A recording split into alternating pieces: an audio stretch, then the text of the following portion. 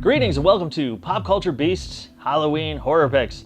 I'm your host, Ryan Stockstad, and today we're going to talk about one of the earliest color horror films, a pre-code Warner Brothers picture that was generally considered to be a lost film for much of the 50s, 60s, and 70s.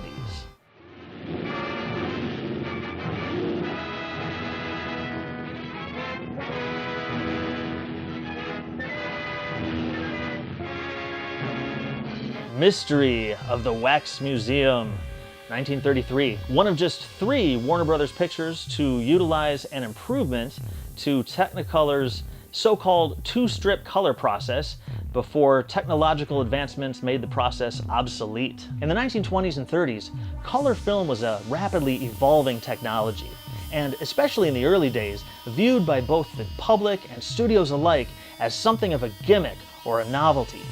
By the time Mystery of the Wax Museum was released in 1933, the novelty had worn off. Audiences were burned out on a technology that was plagued by technical problems, and whose color palette was limited to various shades of red and green. As such, you'll notice that Mystery of the Wax Museum has a muted pastel quality and never comes close to anything resembling true color. Mystery of the Wax Museum was directed by Michael Curtiz, who also directed Bela Lugosi in his first movie, The Colonel, in 1917, and would ultimately make over 150 films, including Captain Blood, White Christmas, Mildred Pierce, and Casablanca. I never saw anything more exquisite. Tell me, where did you begin to model in wax? In my native country, at first as a hobby. He had a great reputation as a sculptor. Oh, you are very kind, sir. It stars Lionel Atwill and Fay Wray, fresh off another Michael Curtiz 2-strip color horror pre-code, Dr. X. And in many ways, Mystery of the Wax Museum feels like a rehash of that film, with one very notable exception. Wax Museum also stars Glenda Farrell, one of cinema's all-time great, wisecracking, indefatigable heroines. Be right with you. Keep a stiff upper lip, kid. I think you're going to come out okay. It's no small task to steal a movie from beneath Fay Wray and Lionel Atwill, but Glenda does it in spades. She is by far my favorite thing about this movie, as she whips her way through the film's mystery like a smart-alecky cyclone. I'm gonna make you eat dirt, you soap bubble. The movie also stars Frank McHugh, Alan Vincent, Matthew Betz, Gavin Gordon, who horror fans will recognize from The Bride of Frankenstein and The Bat, and Arthur Edmund Carewe, who is up for the role of Dracula that went to Bela Lugosi, and also appeared in silent horror classics like The Ghostbreaker, 1922, The Phantom of the Opera, and The Cat and the Canary. Thought I told you to keep out of here. Hello, I won't bother you, but I'm all in. My nerves are all shot. Your nerves are not the only thing that will be shot, you sneaking rat. You've been talking again. Give him a bag. Thanks. Come on. And understand this. You get nothing more from me until you show me something. And the next time you talk on a turn, you're going to have bad luck. Here to help us further solve the mystery of the Wax Museum is filmmaker and all-around horror fan, Matt Dinan. Matt, thanks for joining us on the show. Hey, thanks for having me. Nice to be back. Yeah, no, definitely. Thanks for coming back. So what can you tell us about the story? Well, our story opens up in rainy London in 1921, where Ivan Igor is showing off his meticulously crafted wax creations for a potential investor. Splendid. Joan of Arc. Beautiful. It's a pity to race through such an exhibition. And here is Voltaire.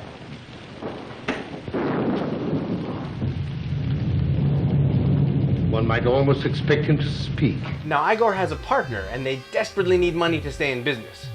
Unfortunately, his partner does not intend to wait around for an investor to save them. He has other plans. You and I have absolutely no money, but we have got this. Fire insurance. Yes, insurance. That's our way out. You know that a fire in this place will give us £10,000? A fire? Is this your idea of humor, my friend? I want some of the money back that I've thrown into this rubbish heap. You're asking to burn these people? You are asking to destroy I am all not these? asking you anything. I'm telling you what I'm going to You do. think I will permit this? You've got to permit it. A fight ensues with Igor struggling to save his wax creations, but he isn't able to stop the fire from breaking out. His unscrupulous partner escapes, leaving poor Igor trapped and helpless to save his wax figures.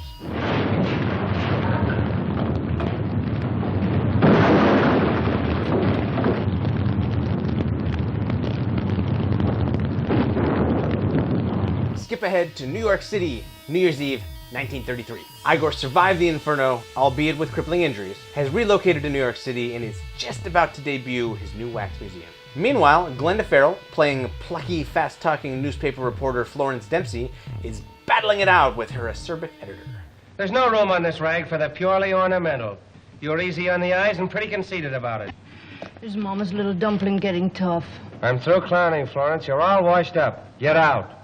What do you mean, you poor ham? It's New Year's. We get out a newspaper just the same. Do you ever stop to think of that? Is it my fault if nothing happens? What do you mean nothing happens? Look down there. Now to that insane mob, you say nothing happens. There's a story in every person down there. Told she'll be fired if she doesn't deliver a story, Florence begins chasing down midnight leads until she soon uncovers a mystery. It seems that a body has disappeared from the local morgue, and Florence smells a hot scoop. Hello? Hello, Slug. Hey, kill that Winton story for this. Joan Gale's body, but not John Brown's. Joan Gale's body was snatched from the morgue 2 minutes ago. Well, I'm here now. Yeah, there were 9 or 10 witnesses. No, they didn't talk. They're pretty stiff. No dope, not drunk, dead. Tear down to the tombs and get to Winton. I'll have Harry write the first flash. A cow does that and gives milk besides. Back at the Wax Museum, Igor has a bunch of assistants laboring to try and finish up the exhibit in time for the grand opening. We've got Hugo, a deaf mute, the aforementioned creepy heroin addict character played by Edmund Carewe, and also Ralph, a naive and possibly inept sculptor. If my curiosity is not too great, would you mind telling me what manner of animal that is you are designing? This is one of the Athenian girls for the Bacchanal. It would be interesting to know, young man, where and when you studied anatomy. Well, it doesn't seem so bad to me, sir. What's wrong with it? Anatomy. Heaven forgive you. You must have studied with the sideshow freaks. So Ralph is dating Fay Wray's character, and she happens to look exactly like Igor's tragically destroyed Marie Antoinette figure. On top of this, she also happens to be Florence's roommate. I'm very happy to know you. Although you'll be amused if I were to tell you that I knew you before you were born. What? Before this terrible thing happened to me, I made a very beautiful statue. And my child, you are that figure come to life. Throw in Gavin Gordon as a rich playboy accused of murder, and the stage is set for the unfolding mystery. And another thing, all this gaga about that body disappearing. 8 bodies have been stolen in New York in the last 18 months. Now, doesn't it seem more reasonable to hook this up from that angle? And run a perfectly good story? Don't be silly. Oh, I mean it. I think this kid's entitled to a break. He's getting it, ain't he? He's front page. You give me a pain.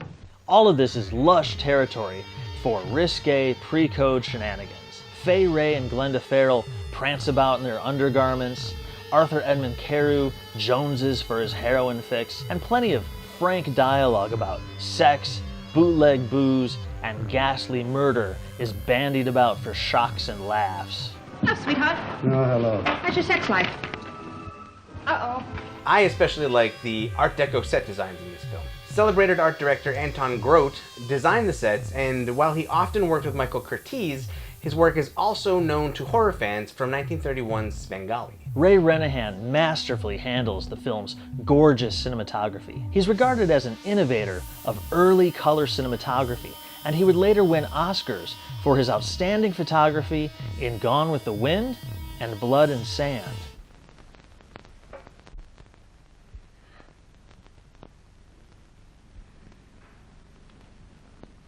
I'm Marie Antoinette. Mystery of the Wax Museum was remade with Vincent Price in 1953 as House of Wax, and House of Wax was remade in 2005 with Paris Hilton. Although, really, it's kind of just an uncredited remake of Tourist Trap.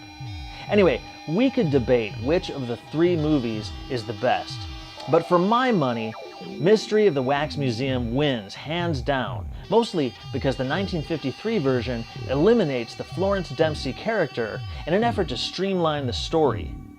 And the 2005 version is simply abysmal. Is Ralph here?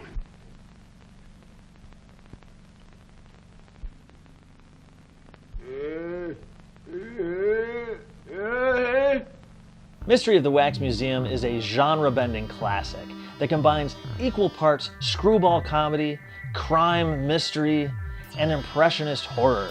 And the results are simply wonderful. If you're looking for an early, non-universal horror classic this Halloween, with a little pre-code naughtiness and tons of laughs, check out Mystery of the Wax Museum. You won't be disappointed. And when you finish the film and have completely fallen in love with Glenda Farrell, chase it down with her 7 Torchy Blaine mysteries, in which she stars as another fast-talking, snarky, crime-solving reporter. Hello, Ralph. Hello, darling. Hello, Florence. Hello. Are we late? No, not at all. Gee, that's a pretty dress. Have I seen it before? Yes, I think so. Thank goodness that's settled. Mystery of the Wax Museum is available as a bonus on the Vincent Price House of Wax DVD and Blu-ray, and on Laserdisc as part of a double feature with Dr. X. Unfortunately, none of the transfers are particularly good, with all sorts of color problems.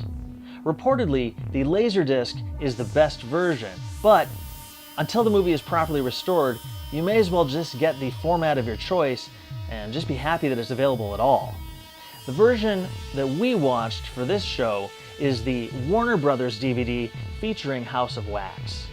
For 12 years, 12 awful years, this terrible living dead man, with his burnt hands and face, has searched for this fiend. Now the account is closed.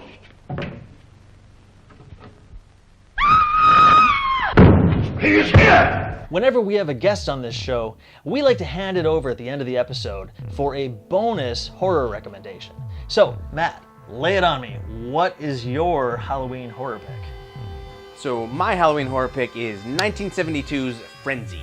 This is the second to last film by Alfred Hitchcock, and the only one where he was really able to let loose.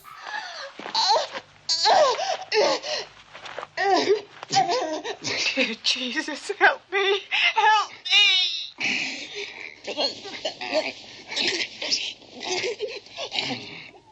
So Hitchcock's career was plagued by censorship struggles. Just 12 years before this in Psycho, you've got Janet Leigh in a bra, and it's a big thing. Like, it's the first time you ever saw a toilet. This movie, however, opens with a naked corpse floating up the Thames. From there we have a few other naked corpses, and a pretty disturbing rape strangulation sequence. Probably my favorite scene in the film has the killer going back to a woman's corpse who he's raped and strangled, having to retrieve an incriminating item from her rigamortized hand. He does this by repeatedly breaking each corpse finger and trying to pull it out of. It's something to see. So this is Hitchcock's only R-rated film, and it is both a very typical Hitchcock film and also kind of an atypical Hitchcock film. On one hand, we have a lot of dark humor. It's the story of an innocent man on the run, and it's got a very likable murderer, just like Psycho's Norman Bates or Shadow of a Doubt's Uncle Charlie. At the same time, it is kind of low budget and dingy looking, and it's shot mostly on location and has no stars in it. It's straddling the line between what Hitchcock always was known for and what he was sometimes striving to be. So this Halloween, if you're looking for a darkly comedic serial killer film, check out this minor masterpiece from the master of suspense. How'd you like my tie? How do you like it? My God. The tie.